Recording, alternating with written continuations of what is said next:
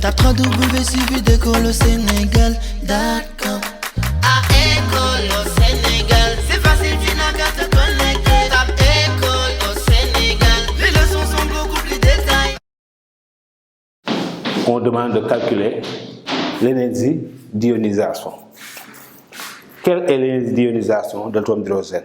D'abord, on va définir, on peut demander de définir puis calculer. Qu'est-ce qu'on sait? On sait que l'énergie d'ionisation de l'atome est l'énergie qu'il faut fournir à l'atome pour lui arracher un électron et l'amener à l'infini. D'accord? L'énergie d'ionisation est l'énergie qu'il faut fournir à un atome pour lui arracher un électron et l'amener à l'infini. Donc ce sera E infini moins E1. Pourquoi E1? Parce que l'atome est à l'état fondamental. Si l'atome était à l'état inégal à 2, on aurait E infini moins E2. Mais ici, l'atome est à l'état fondamental. Donc pour l'ioniser, il faut lui fournir EI égale à E infini moins E1. Et on sait que E infini égale 0. On aura EI égale à moins E1. Et on sait que E1 égale à moins 13,6 et ce moins-là va donner plus 13,6 R. Donc, pour ioniser l'atome d'hydrogène à partir de son état fondamental, il faut lui fournir au moins 13,6 électronvolts. Si on lui fournit 13,6 électronvolts, l'atome d'hydrogène est ionisé, ça veut dire que son électron est arraché. Il est à l'infini. D'accord. Maintenant, dernière question, petit 5. C'est une question subsidiaire classique qui permet de séparer les départager les candidats. On envoie 4 énergies à l'atome d'hydrogène à partir de son état fondamental. On demande de dire qu'est-ce qui va se passer. Donc, comment répondre? Il faut savoir, est-ce que cette énergie-là a été absorbée? Si tel est le cas, où va se trouver l'atome? D'accord? Donc, on envoie à l'atome d'hydrogène une énergie W1 égale 8,2 R, W2 10,2 R, W3 13,6 R et W4 égale à quoi? 14,6 R. Donc l'atome d'hydrogène est dans son état fondamental. On lui fournit 4 énergies. W1 8,2, W2 10,2, W3 13,6, W4 égale 14,6 R. La question c'était, quels sont les photons pouvant être absorbés? Quel est l'état final de l'atome? D'accord. Quels sont les photons pouvant être absorbés? Et dans ce cas, quel est l'état final de l'atome? Il y a 2 à 3 façons pour répondre à une telle question. Je vais présenter la façon la plus simple et la plus rapide. D'accord. Ici, on a des valeurs d'énergie positives. Donc ces énergies-là correspondent à quoi? À des variations d'énergie. Parce qu'il faut savoir quoi? Sur un niveau d'énergie, l'énergie d'un atome est négative. Sur un niveau d'énergie, l'énergie d'un atome est toujours négative. Mais la variation d'énergie peut être positive. Donc dans ce chapitre, si vous voyez des énergies positives, ça c'est qu'elles correspondent à des variations d'énergie. Une deuxième fois, sur un niveau d'énergie, l'énergie d'un atome est toujours négative. E1 égale moins, E2 moins quelque chose, E3 moins, E4, E17 moins. D'accord. Mais si vous avez une énergie positive, donc il faut savoir que c'est une variation d'énergie. Ici, les énergies fournies sont toutes positives. Donc W1, W2, W3, W4 sont des variations d'énergie. Et dans ce cas, on aura W égale à EP moins EN. W égale à EP moins EN. Comme c'est une variation d'énergie, c'est EP moins EN. D'accord. Parce que ici, ce sont des énergies positives.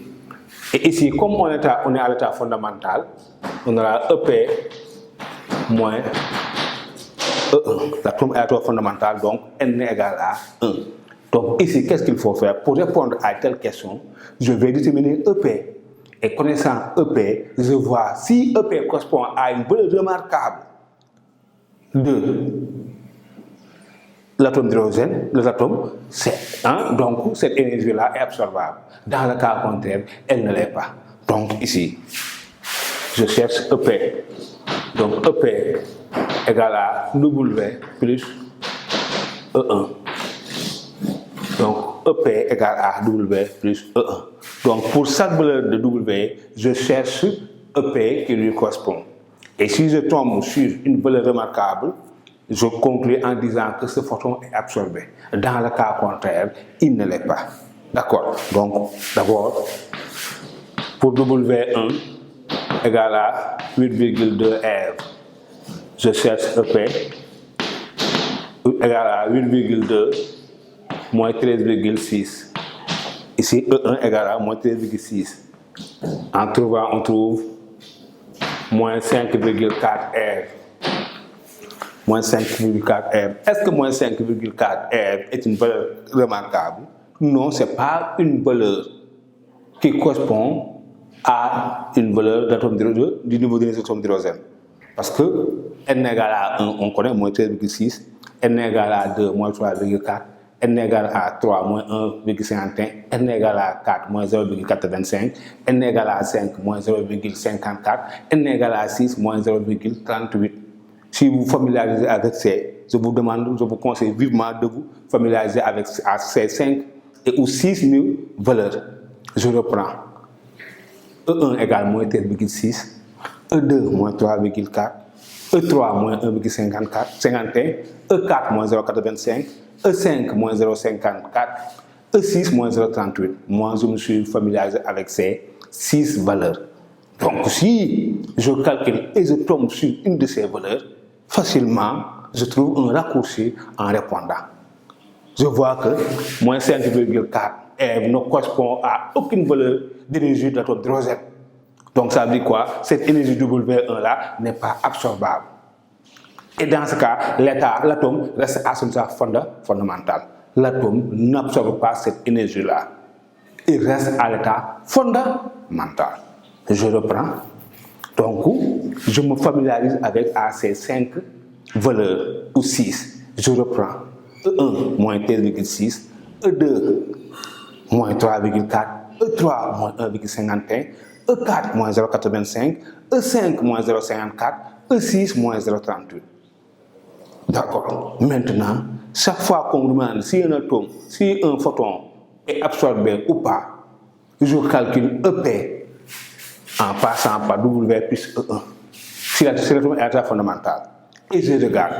Si la valeur de EP correspond à l'une de ces valeurs, ce photon-là, cette énergie lumineuse, cette lumière de longueur d'onde lambda est absorbée.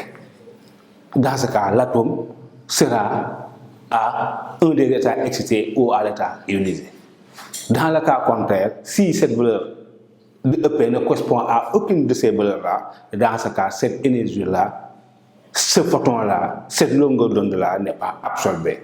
Et du coup, l'atome restera insensible à cette énergie-là et restera à l'état fondamental. Ici, en calculant, je vois que EP égale à moins 5,4 R, ça ne correspond à aucune valeur d'énergie de l'atome d'hydrogène. Dans ce cas, on dira que ce photon-là n'est pas absorbé. Cette énergie-là n'est pas absorbée, l'atome reste à son état fondamental. C'est clair. Maintenant, on vient pour l'autre. W2. On trouve 10,2 R. Je fais la même chose. J'aurai EP égale à 10,2 moins 13,6. Allez, faites-moi ce calcul. 10,2 moins 13,6. On trouve moins 3,4 R. Et qu'est-ce qu'on sait de moins 3,4 R? C'est bien E2. E2 égale à moins 3,4 R. Donc, on trouve un raccourci en répondant d'un seul coup. On dira que cette énergie W2 est absorbée. Parce que EP égale à moins 3,4 R égale à E2. Cette énergie W2 est absorbée. Cela veut dire quoi? Que l'atome est dans son premier état excité. Lorsque l'atome absorbe cette énergie, il va quitter un état inférieur pour aller à un état supérieur. Comme il était à l'état E1, maintenant il est à l'état E2, donc il est dans son premier état excité. C'est ça qu'il faut dire dans ce cas. Donc, une deuxième fois, en calculant EP, je trouve moins 3,4 R. Je sais que c'est égal à E2. Dans ce cas, on dira que W2 égale 10,2 R est absorbé. L'atome est dans son premier état excité. D'accord, c'est ça. Maintenant, pour W3 égale à 13,6 R, là, 13,6 R est une valeur remarquable. Je vois bien que c'est égal à EI. EI total calculé. D'accord. Donc ça veut dire quoi? Cette énergie W là, on n'a pas besoin de calculer. Comme il est égal à EI, cette énergie W3 est absorbée. Qu'est-ce qui se passe? L'atome est à l'état ionisé. Parce que W3 égale à EI. W3 égale à EI. Dans ce cas, on dira que toute cette énergie W3 égale à 13,6 R est égale à EI. Donc, l'atome a absorbé W3 et il est à l'état ionisé. C'est bon, hein? Ok. Dernière question. W4 égale à 14,6 R. Là aussi, on n'a pas besoin de faire un calcul. On dit que W3 4 égale 14,6 R supérieur à EI.